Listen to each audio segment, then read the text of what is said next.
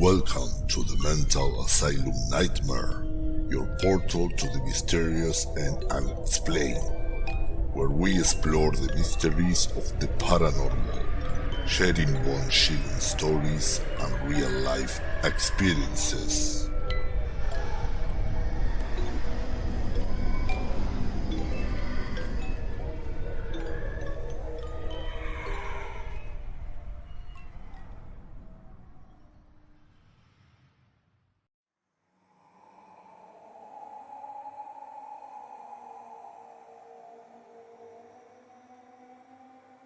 I still remember the shiver that ran through my body when I inherited that house.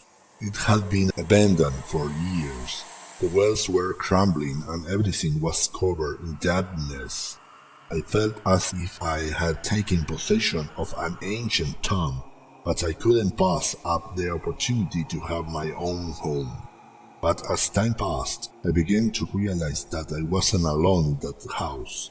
At night, I had nightmares about an old man with a cane and many dogs, screaming at me in a language I couldn't understand. I would wake up sweating and with the strange sensation of not having my teeth, as if something had ripped them out in my dream. And then the voices started in my mind. At first, they were barely whispered that I could hardly make out, but soon they became a scream that tormented me endlessly. I felt like I was losing my sanity, and worst of all, it seemed like someone or something was feeding on my fear. One day, while repairing the roof, I had a terrible accident.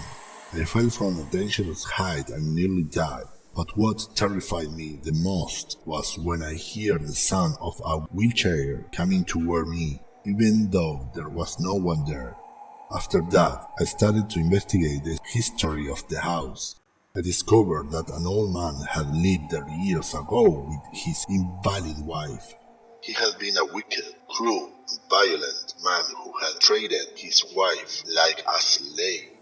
In the end, the woman had died and he had committed suicide in the house. But the most chilling thing was when I found a skeleton in the garden. I don't know who it was, but it was clear that they had died violently. And then I started to smell a foul odor on my laundered clothes, as if the house was impregnated with something evil.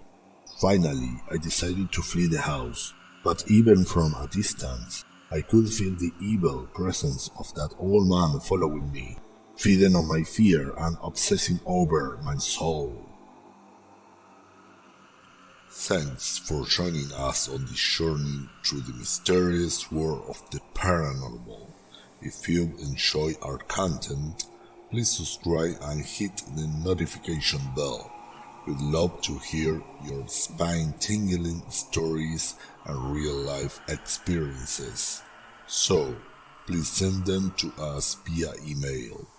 This is the Mental Asylum Nightmare.